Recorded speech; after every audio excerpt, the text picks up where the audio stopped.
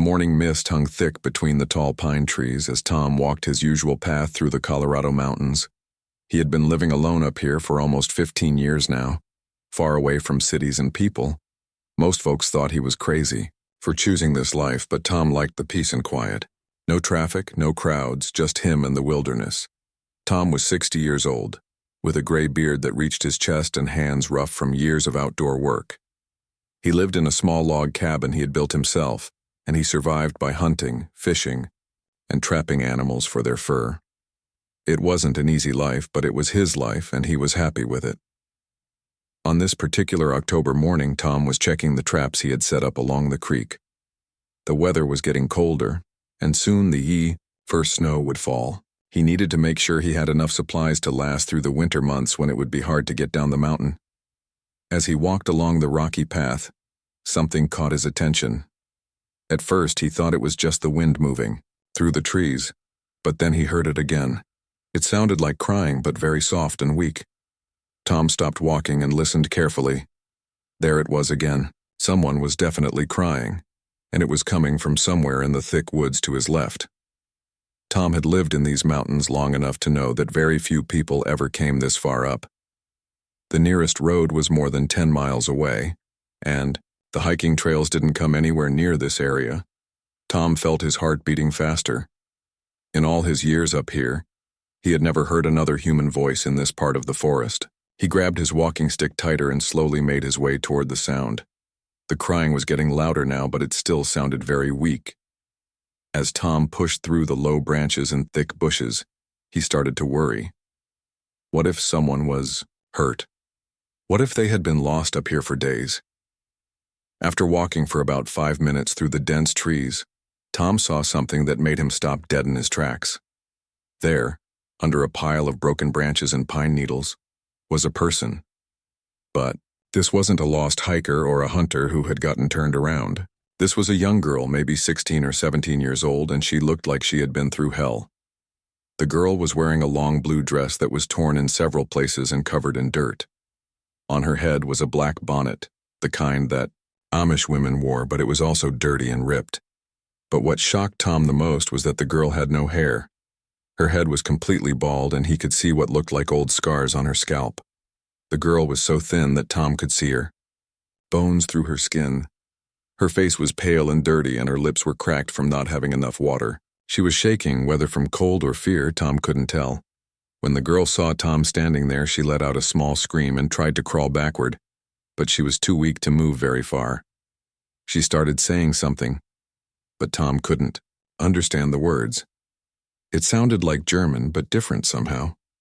Tom had seen scared animals before, and he knew that moving too fast or making loud noises would only make things worse. He slowly sat down on the ground about 10 feet away from the girl and held up his hands to show that he wasn't holding any weapons. "Hey there," Tom said in the softest voice he could manage. "I'm not going to hurt you. I'm here to help." The girl stopped trying to move away, but she was still shaking and watching Tom with wide, frightened eyes. She said something else in that strange language, and Tom thought he recognized a few words. His grandfather had been from Pennsylvania, where there were lots of Amish people, and he had heard this kind of talk before when he was a little boy. Tom tried to remember some of the words his grandfather had taught him. Ich will help," he said, mixing English with what he hoped was the right Pennsylvania Dutch words. The girl's eyes got a little wider, but she seemed less scared. She said something back to him, speaking faster now, but Tom could only understand bits and pieces. He caught the word nay, which he thought meant no, and something that sounded like she was asking him not to hurt her. "No hurt," Tom said, pointing to himself and shaking his head. "Tom help. Tom good." He slowly reached into his backpack and pulled out a water bottle. The girl's eyes locked onto it immediately, and Tom could see how thirsty she was. He set the bottle on the ground between them and pushed it toward her. The girl looked at the water, then at Tom, then back at the water. Her need for water was stronger than her fear, and she slowly reached out and grabbed the bottle. She drank it so fast that Tom was worried she might make herself sick. After she finished drinking, the girl seemed a little stronger. She looked at Tom and said something that he thought might be, "Thank you," in her language. Then she started, talking faster, and Tom could tell she was trying to explain something important, but he couldn't understand most of it. What Tom could see was that this girl was in serious trouble. She was starving, dehydrated, and obviously scared out of her mind. She had no shoes on her feet, which were cut and bleeding from walking on rocks and sticks. Her clothes were the only thing she had, and they weren't enough to keep her warm. In the mountains, especially with winter coming, Tom looked around at the makeshift shelter the girl had built. It was just some branches leaning against a tree with some pine needles thrown on top. It might keep the rain off for a little while, but it wouldn't protect her from the cold mountain nights. She'd been trying to survive out here with nothing but what nature provided, and she was losing that battle. As Tom sat there looking at this mysterious girl, his mind was racing with questions. How did she get up here? Where did she come from? Why was her head shaved? Why was she so scared? And, most importantly, what was he supposed to do about it? Tom had chosen to live alone in the mountains because he didn't want to deal with other people's problems. He had his own reasons for leaving civilization behind, and getting involved with strangers wasn't part of his plan. But looking at this scared, starving girl, he knew he couldn't just walk away. The sun was starting to get lower in the sky, and Tom knew that the temperature would drop quickly once it got dark. The girl wouldn't survive another night out here, especially not in her condition. He had to make a decision fast. Tom stood up slowly, and the girl immediately tensed up again. He pointed to himself, then to her, then in the direction of his cabin. "Come," he said, using hand gestures to try to explain. "Warm, food, safe." The girl shook her head and said something that Tom was pretty sure meant no. She was still too scared to go anywhere with him. Tom understood her fear, but he also knew that if he left her here, she would probably be dead by morning. Tom sat back down and tried a different approach. He pulled some dried meat from his backpack and offered it to the girl. Like with the water, her hunger was stronger than her fear, and she took the food. As she ate, Tom started talking to her in a calm, steady voice. He told her about his cabin, about how warm it was, about the food he had there. He didn't know if she understood his words, but he hoped she could hear in his voice that he meant no harm. He talked about the weather, about how cold it would get, about how dangerous it was to stay outside. After about an hour of sitting there, the girl seemed to be thinking hard about something. She looked at Tom, then at the darkening sky, then back at Tom. Finally, she said something in her language and slowly started to stand up. Tom stood up too, being careful not to move too quickly. The girl was so weak that she could barely stand, and Tom could see that walking was going to be very difficult for her. He wanted to help her, but he didn't want to scare her by trying to touch her. The walk back to Tom's cabin took almost 2 hours, even though it normally would have taken him only 30 minutes. The girl had to stop and rest every few minutes, and a couple of times Tom thought she might collapse completely. But somehow she kept going. When they finally reached the cabin, the girl stopped and stared at it. It was a simple log building with one room, a stone chimney, and a small porch. To Tom, it was home. To the girl, it probably looked like something from a different world. Tom opened the door and went inside first, lighting an oil lamp to push away the darkness. He gestured for the girl to come in, and after a moment of hesitation, she stepped through the doorway. The cabin was warm and dry, with a fire already laid in the fireplace. Tom quickly lit the fire, and soon the room was filled with warm, flickering light. He could see the girl looking around at everything: the simple wooden furniture, the shelves of books, the hunting gear hanging on the walls. Tom pointed to a chair near the fireplace and said, "Sit. Warm." The girl sat down carefully, as if she wasn't sure the chair would hold her. She held her hands out toward the fire, and Tom could see her whole body starting to relax as the warmth reached her. As Tom started preparing some food, he couldn't help but wonder what he had gotten himself into. This girl was clearly running from something or someone, and whatever it was, it had been bad enough to drive her into the wilderness with nothing but the clothes on her back. Tom had always been good at reading people, and everything about this girl told him that she had been through something terrible. The scars on her head, the way she flinched when he moved too quickly, the fear in her eyes. It all pointed to someone who had been hurt badly and was still afraid of being hurt again. But there was also something else he saw in her eyes. The first 3 days were the hardest. The girl barely spoke, barely moved, and barely ate. She would sit in the same chair by the fireplace from morning until night, staring into the flames like she was watching a movie that only she could see. Tom tried to give her space while still making sure she was okay. Tom had never been good with people, especially not people who were hurting. He was much better with animals and trees and rocks, things that didn't need him to say the right words or understand complicated feelings. But this girl needed help, and he was the only one around to give it. Every morning, Tom would make breakfast and put a plate of food on the small table next to her chair. Sometimes she would eat it, sometimes she wouldn't. He would leave fresh water in a cup nearby and make sure the fire stayed warm. Other than that, he tried to go about his normal routine and let her heal at her own pace. On the 4th morning, something changed. Tom was outside chopping wood when he heard a sound from inside the cabin. At first, he thought maybe something had fallen over, but then he realized it was the girl. She was crying, but not the quiet, scared crying he had heard when he first found her. This was different, louder, angrier. Like all the feelings she had been keeping inside were finally coming out. Tom set down his axe and went back into the cabin. The girl was still sitting in her chair, but now her whole body was shaking as she cried. Tom didn't know what to do, so he did the only thing he could think of. He sat down in the chair across from her and waited. After about 10 minutes, the crying stopped. The girl looked up at Tom with red, swollen eyes and said something in her language. Tom couldn't understand the words, but he could hear the pain in her voice. "It's okay," Tom said softly. "You're safe here. Nobody's going to hurt you." The girl tilted her head like she was trying to understand. Then she said, very slowly and in broken English, "You, good man?" Tom was surprised to hear her speak English, even if it wasn't perfect. "I try to be," he answered. The girl nodded and wiped her eyes with the back of her hand. Sorry," she said, "for crying." "No need to be sorry," Tom told her. "Sometimes crying helps." Over the next few days, the girl started talking more. Her English was limited, but Tom could tell she was smart and learned quickly.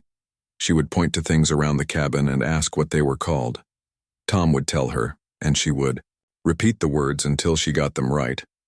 Tom learned that her name was something he couldn't pronounce properly, so she told him to call her whatever he wanted. He started calling her Hope because that's what she represented to him. Hope that people could survive terrible things and still find a way to keep going. Hope told him bits and pieces of her story, but Tom could see that some memories were too painful for her to talk about. She had grown up in what she called the community, which sounded like a religious group that lived separately from the rest of the world. From what Tom could understand, this community had very strict rules about how people should behave, especially girls and women. "They say God wants girls to be quiet," Hope explained one evening as they sat by the fire. "No questions, no thinking different thoughts. Just listen and obey." Tom could see the anger in her eyes when she talked about this. "What happened when you didn't want to just listen and obey?" he asked. Hope touched her bald head with one hand. "They say I was bad. They say God needed to punish me." She was quiet for a moment, then added, "They cut my hair many times. Each time I asked questions, they cut it again." Tom felt a surge of anger rise up in his chest. He had suspected that someone had hurt this girl, but hearing her say it out loud made it real in a way that was hard to handle. "That's not punishment from God," he said firmly. "That's just people being cruel." Hope looked at him with surprise. "You think God not angry with me?" "I think God, if there is one, would be proud of you for being brave enough to ask questions and think for yourself," Tom replied. This seemed to be a new idea for Hope, and Tom could see her thinking about it. For the rest of the evening, she was quieter than usual, but it was a thoughtful quiet, not a scared one. As the days went by, Hope got stronger physically. She started helping Tom with small tasks around the cabin, washing dishes, organizing his supplies, tending the fire. She was a hard worker and seemed to enjoy having something useful to do, but Tom could see that she was still carrying a heavy load of fear. Whenever he moved too quickly or made a sudden noise, she would flinch and look around like she expected someone to appear and hurt her. And sometimes at night, he would hear her talking in her sleep, saying things in her own language that sounded like she was arguing with someone or begging them to stop. One morning, Tom was tuning his emergency radio when Hope suddenly grabbed his arm. She looked terrified and started speaking rapidly in Pennsylvania Dutch, shaking her head back and forth. "No, no," she said in English. "No radio. They find me. They take me back." Tom turned off the radio immediately. "Who would find you? Who are you afraid of?" Hope's whole body was trembling. "The elders, the leaders of the community, they have connections, people who help them find those who run away." "Hope," Tom said gently, "you don't have to go back there. You're 18 years old. You can make your own choices." Hope shook her head. "I not 18, I only 16, and even if I was older, it not matter. Once you belong to the community, you always belong. They never let you go." This worried Tom more than anything else Hope had told him. If she was still a minor, and if this community really did have ways of tracking down people who left, then Hope was in more danger than he had realized. "Tell me about these elders," Tom said. "How would they find you up here?" Hope explained that the community had connections with law enforcement in several states. They would report runaway children as missing persons, and then use those connections to track them down. Once they found someone, they would claim they were just concerned family members bringing their child home. "But you're not missing," Tom pointed out. "You ran away because they were hurting you." "They not see it that way," Hope said sadly. "They say they were helping me learn to be good. They say I was sick in my mind and needed special treatment to get better." Tom was starting to understand just how trapped Hope really was. Even if he could get her to the authorities, there was no guarantee they would believe her story over whatever story the community would tell. And if they sent her back, Tom was afraid of what would happen to her. That night, Tom lay awake thinking about what to do. He had lived alone in the mountains for 15 years, specifically because he didn't want to get involved in other people's complicated problems. But now he was right in the middle of the most complicated problem he could imagine. The next morning, Hope seemed different. She was quieter than usual, and Tom could tell something was bothering her. Finally, while they were eating breakfast, she spoke up. "Tom," she said, "I need to tell you something about why I really ran away." Tom set down his coffee cup and gave her his full attention. "The community leader, Elder Martin, he decided it was time for me to get married," Hope said, her voice barely above a whisper. "Married, but you're only 16. In the community, girls marry when the elders say they're ready, usually when they turn 16 or 17. Hope's hands were shaking as she continued. "Elder Martin, he already has 2 wives. He decided I should be his third." Tom felt sick to his stomach. "That's not legal. That's not right. Legal not. Matter in the community. Only what the elders say matters." Hope looked up at Tom with tears in her eyes. "I tell them I'm not ready. I tell them I want to wait. That when they decide I was being rebellious, that when they start cutting my hair and giving me special punishments." "What kind of special punishments?" Tom asked, though he wasn't sure he wanted to know the answer.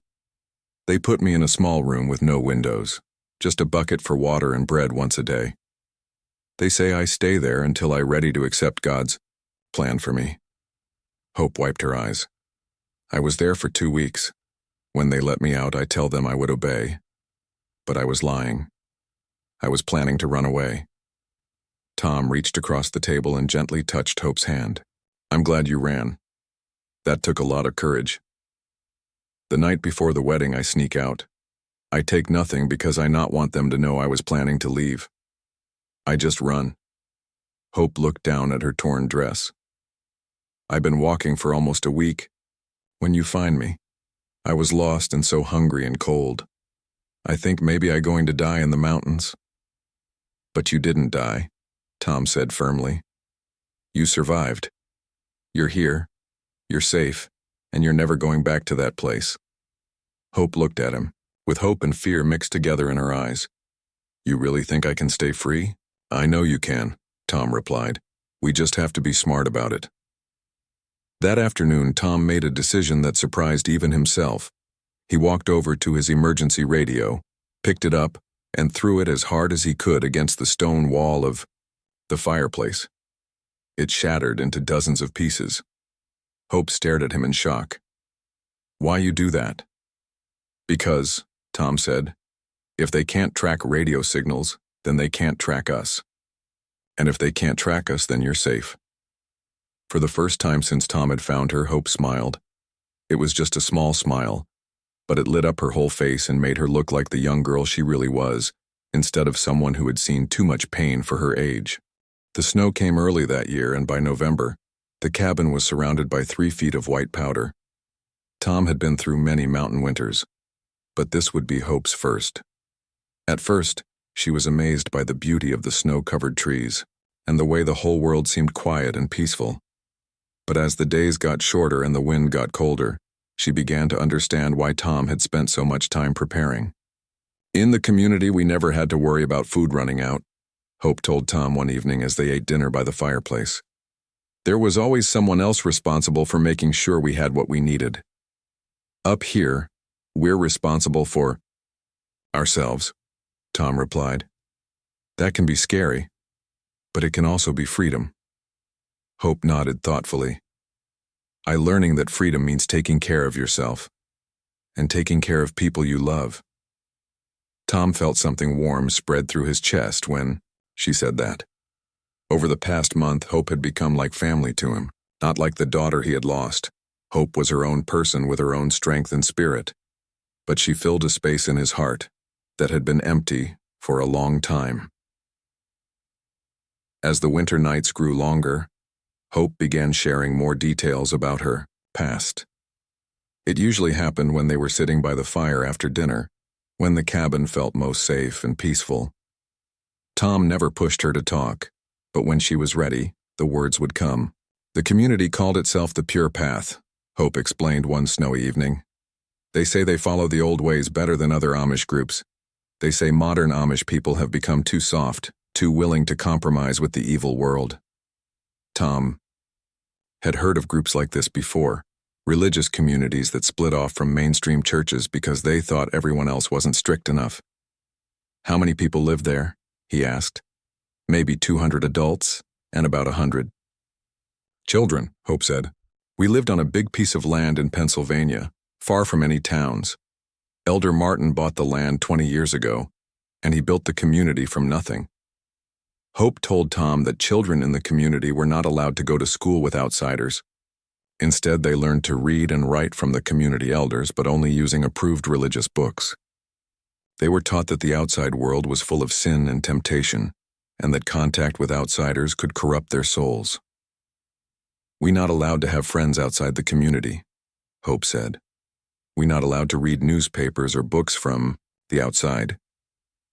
We're not even allowed to ask questions about what life was like beyond the fence." "But you asked anyway," Tom observed. Hope smiled a little. "I always was too curious for my own good. Even when I was very small, I want to know why we live different from other people. I want to know what was beyond the fence. I want to understand why God would make a big world if we was only supposed to stay in our small piece of it." The first time Hope asked these questions, she was 7 years old. The elder who was teaching her class told her that curiosity was a sin and that good children accepted what they were taught without question. When Hope continued asking questions, her parents were called in for a meeting. "They told my parents that I had a rebellious spirit," Hope said. "They say it was like a sickness that could spread to other children if they not careful. So they decide to give me special lessons to help me learn to be obedient." These special lessons involved making Hope sit alone in a small room for hours at a time, copying Bible verses that talked about obedience and submission. If she made any mistakes in her copying, she had to start over. If she asked any questions, her time in the room was extended. "I spend so many hours in that room," Hope said sadly. "Sometimes whole days. My parents, they feel bad about it, but they believe the elders know what's best for me." As Hope got older, the punishments got more severe. When she was 12, she was caught talking to a delivery driver who came to the community to drop off supplies. She had asked him what the nearest town was like and whether children there really went to school with boys and girls together. Elders say I was trying to corrupt myself with worldly knowledge, Hope said. That when they first cut my hair, they say vanity was part of my problem, and that removing my hair would help me focus on spiritual things instead of earthly things. Tom felt anger rising in his chest again. These people had taken a curious, intelligent child and systematically tried to break her spirit. How did your parents feel about that? He asked. Hope was quiet for a long moment. My parents, they love me, but they also very afraid. In the community, if you question the elders too much, they can decide you're not fit to be part of the pure path anymore. Then you lose everything. Your home, your job, your family, even your own children. They would take children away from their parents.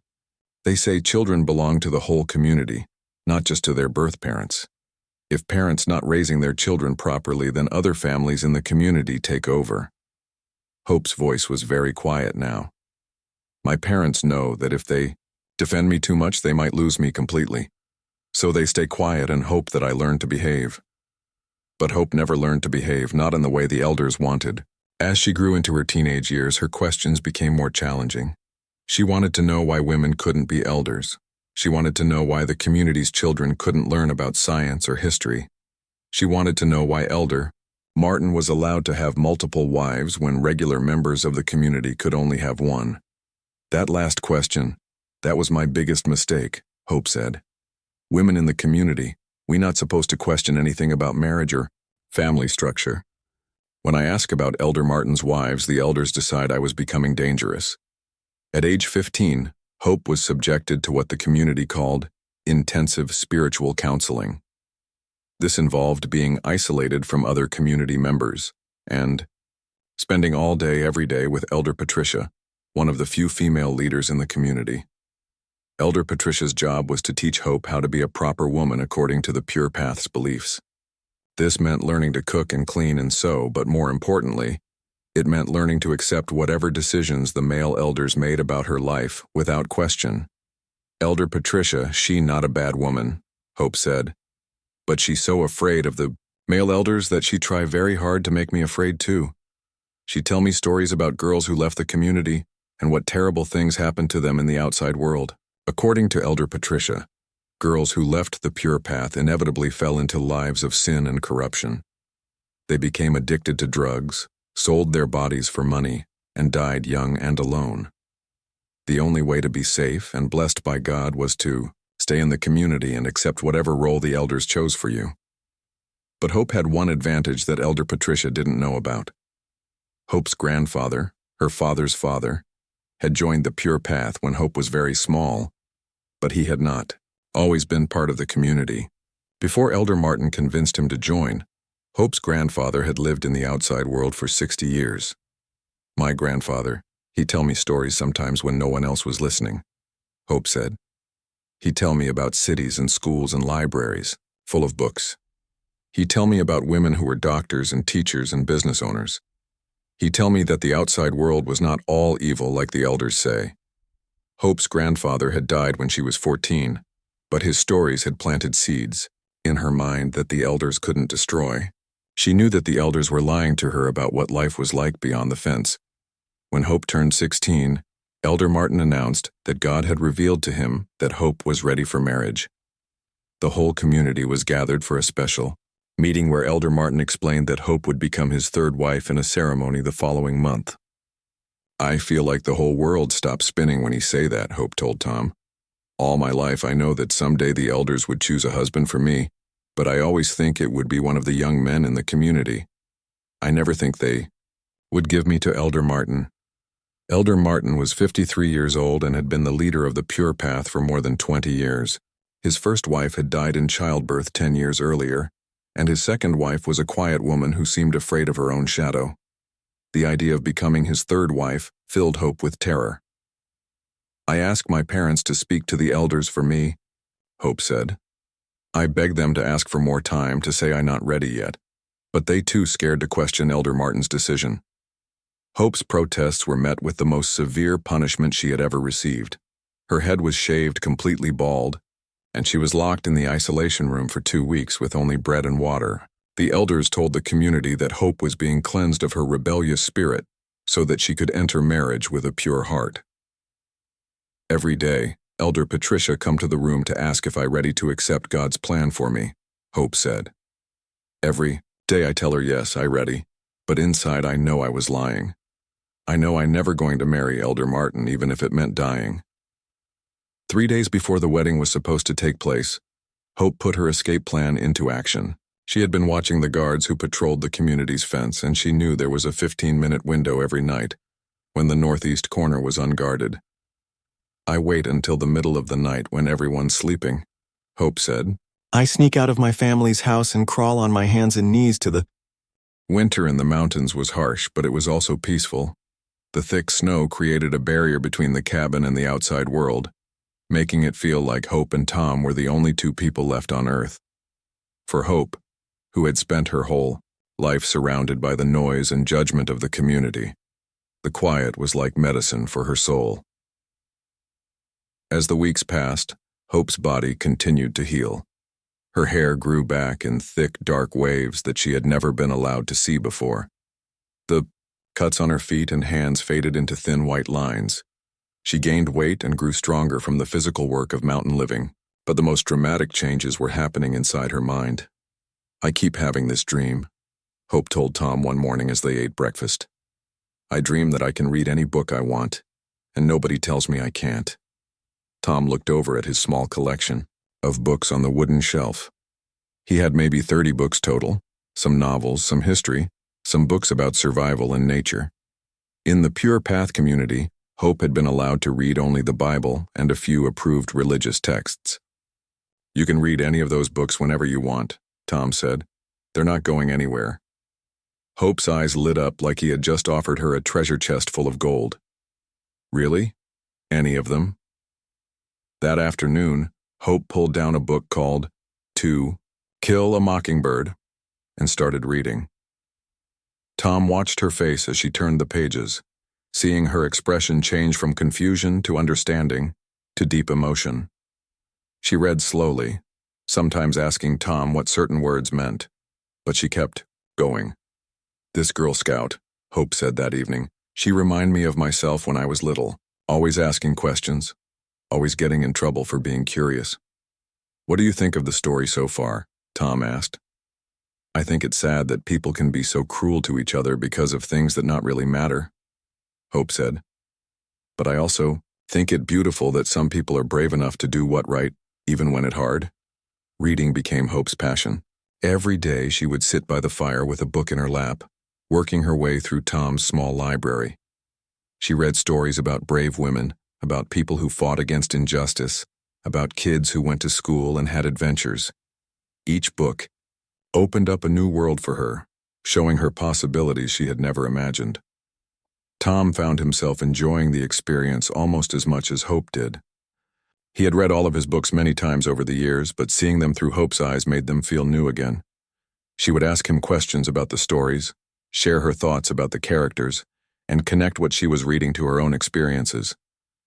This woman in this book, Hope said one day, holding up a novel about a female doctor. She had to work twice as hard as the men to prove she was smart enough. That reminded me of Elder Patricia. She was very smart, but she always had to pretend. The male elder's ideas were better than hers. Tom could see that reading was helping Hope understand that her experiences in the Pure Path were not normal or healthy. She was learning about different ways of living, different kinds of relationships, different possibilities for what her life could become. But it wasn't just the books that were changing Hope. The simple act of living with Tom, of being treated with respect and kindness every day, was teaching her things that no book could teach. In the Pure Path, Hope had been told that men were naturally superior to women, that women needed men to make decisions for them, and that questioning male authority was a sin. But Tom treated Hope like an equal partner in their daily life. He asked for her opinions, listened to her ideas, and shared the work of maintaining their home. "Can I ask you something?" Hope said one day, as they were chopping firewood together. Of course, Tom replied. In the community, they teach us that men and women are different and that men's supposed to be in charge because that's what God wants. But you not like that. You treat me like my thoughts matter just as much as yours. Tom stopped chopping and leaned on his axe. Hope, I've known a lot of men and women in my life, and I can tell you that being born male doesn't make someone smarter, or wiser, or more deserving of respect.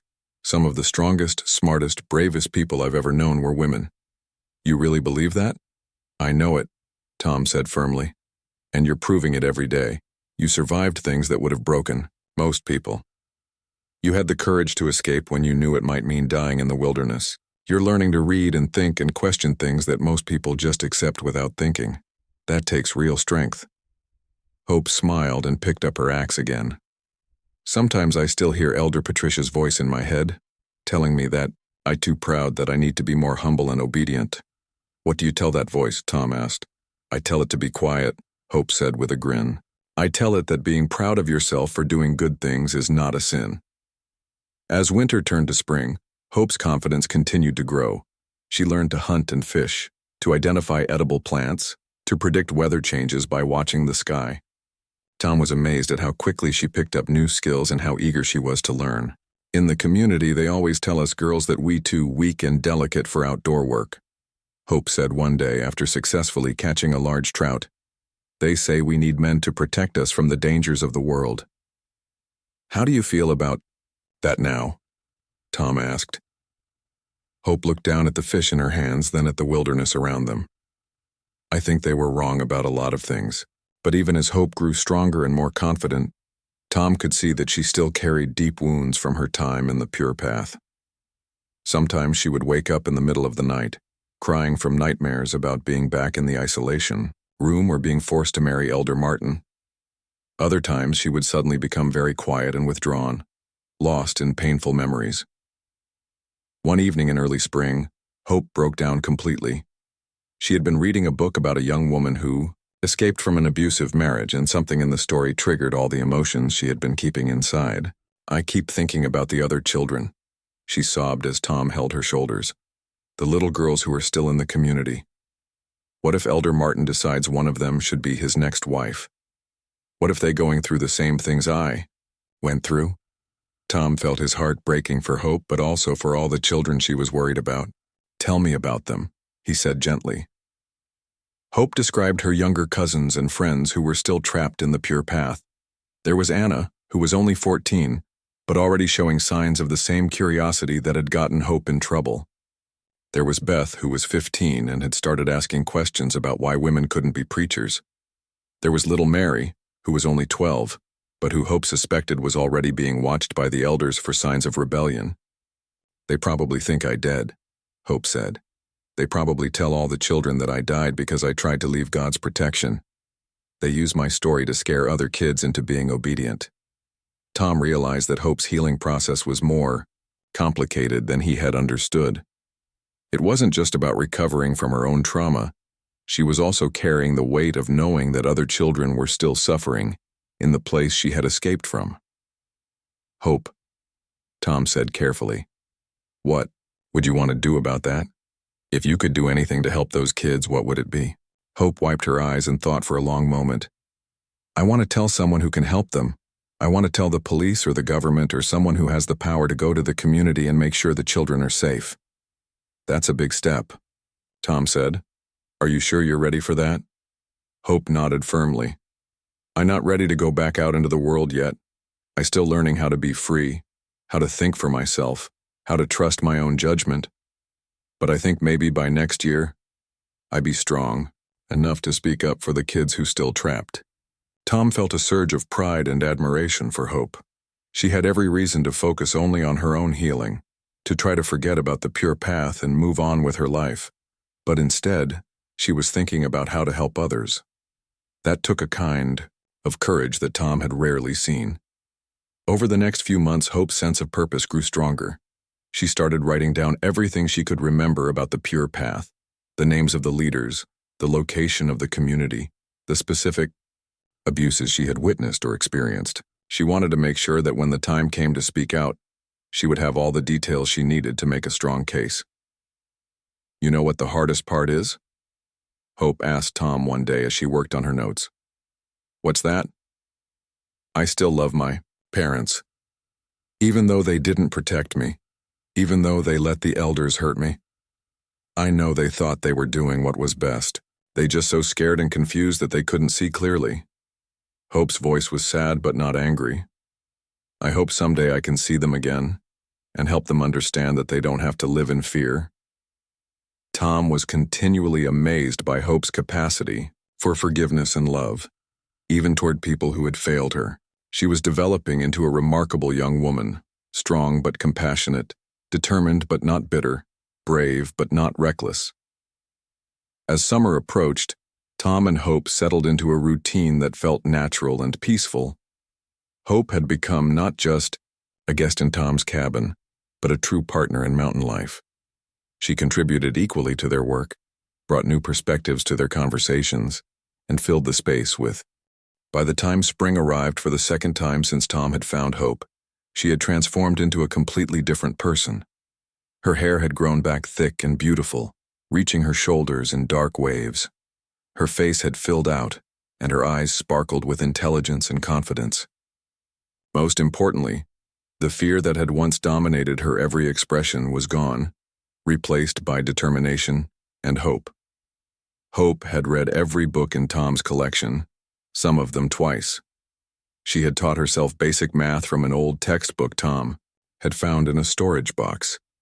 She could hunt, fish, identify plants, predict weather, and handle any task that mountain living required.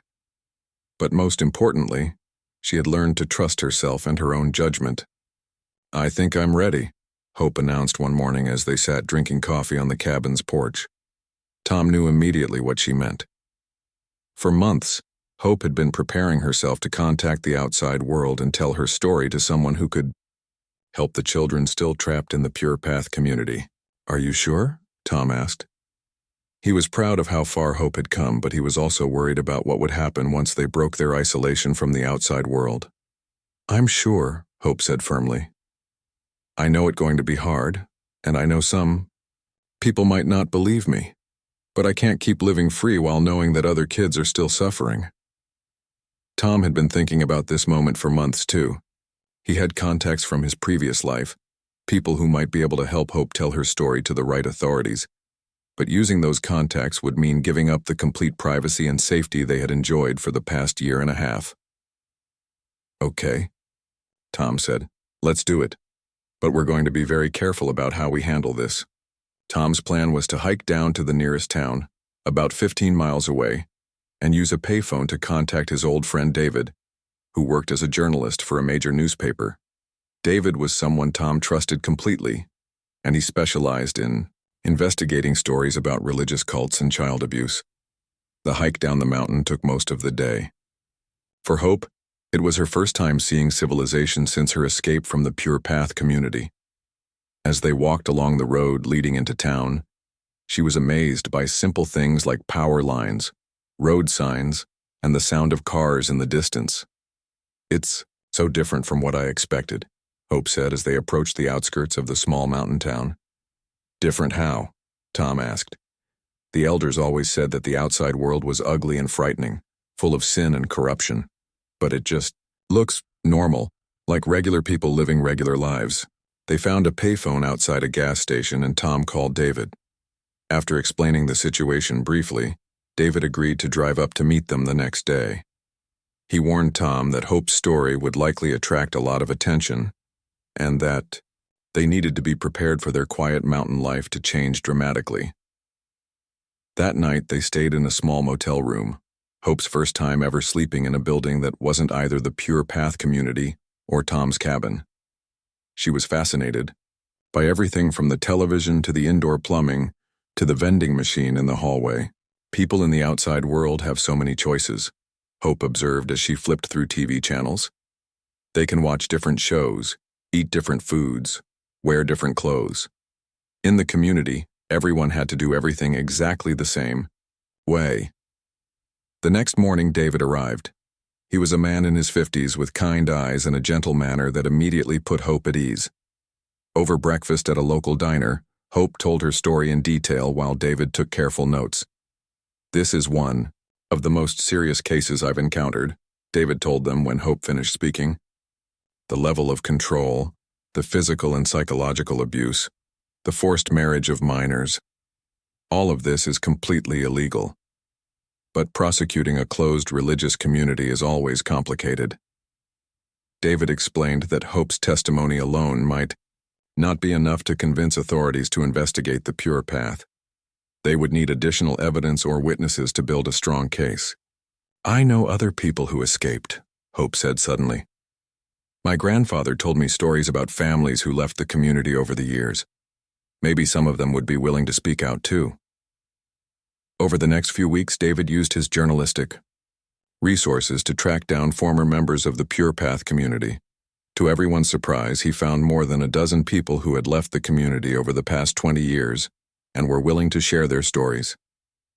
Each person David interviewed had experienced similar patterns of abuse and control. There were parents who had been forced to give up their children to other families within the community.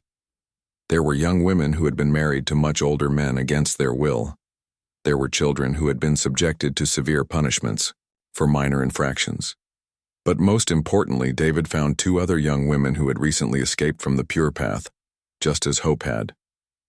Both of them were living in hiding, terrified that the community would track them down and force them to return. When these women hear Hope's story, they want to meet her, David told Tom. They've been feeling so alone and scared. Knowing that someone else escaped and is doing well gives them courage. The meeting took place at a safe house run by an organization that helped people escape from religious cults. Hope was nervous about meeting the other escapees, worried that seeing them would bring back painful memories. But when she walked into the room and saw Rachel and Jennifer, 2 young women not much older than herself, her nervousness disappeared. "You really got away," Rachel said, tears streaming down her face as she hugged Hope. "When you disappeared, the elders told us you had died. They said God punished you for your rebellion. They told us your story to scare us into being obedient," Jennifer added. "They said anyone who tried to leave would meet the same fate." The 3 young women spent hours sharing their experiences, comforting each other, and marveling at the fact that they had all found the courage to escape. More importantly, they realized that together, their testimonies painted a clear picture of systematic abuse that no authority could ignore. "We can do this," Hope said as the meeting ended. "We can speak out together and make sure no other children have to go through what we went through." David worked with the 3 women to prepare their testimonies, and then he contacted the FBI's division that investigated crimes against children. Within days, federal agents were interviewing Hope, Rachel, and Jennifer, gathering detailed information about the Pure Path community's location, leadership structure, and illegal activities. The investigation took 6 months. During that time, Hope lived with Tom in a safe house near the city, learning to navigate the modern world while staying hidden from anyone who might be connected to the Pure Path. She studied for her high school equivalency exam, learned to use computers, and worked with therapists who specialized in helping cult survivors. "Sometimes I miss the simplicity of our life in the mountains," Hope told Tom one evening as they sat in their temporary apartment. "But I know this is important. Work. These children need someone to speak for them." The day of the raid was one that Hope would never forget. She wasn't allowed to be present when the FBI agents entered the Pure Path community, but she watched the news coverage from the safe house, seeing aerial footage of the place where she had grown up. The raid resulted in the arrest of Elder Martin and 6 other community leaders on charges of child abuse, forced marriage, imprisonment, and fraud. 23 children under the age of 18 were removed from the community and placed in protective custody. Hope wept when she saw some of her young cousins and friends being led away from the community by social workers. She was heartbroken that they had to be separated from their families, but she was also relieved that they were finally safe from the abuse she had experienced. "Is Anna okay?" Hope asked David, who had been following the story closely. "And Beth? And little Mary?" "They're all safe," David assured her, It's going to be a difficult adjustment for them, but they're going to receive counseling and support to help them heal. 3 months later, Hope received the best news she could have imagined. Her parents, along with several other families, had voluntarily left the Pure Path community after seeing the truth about what the leadership had been doing. They wanted to reunite with Hope and rebuild their relationship outside of the community's control. The reunion was emotional and complicated. Hope's parents were devastated by the realization that their fear had prevented them from protecting their daughter. They apologized over and over, and Hope could see that they had been victims of the community's manipulation just as much as she had been. "We were so afraid of losing you that we almost lost you anyway," Hope's mother cried as she held her daughter. "Can you ever forgive us?" "I already have," Hope said. "We were all trapped in that place. The important thing is that we're free now." Hope's parents began their own healing process, working with counselors and slowly learning to think for themselves, after decades of being told what to believe. It was difficult work, but their love for Hope gave them the motivation to change. Meanwhile, Hope was building a new life for herself. She had passed her high school equivalency exam with flying colors and had been accepted to several colleges with full scholarships. She chose to study social work,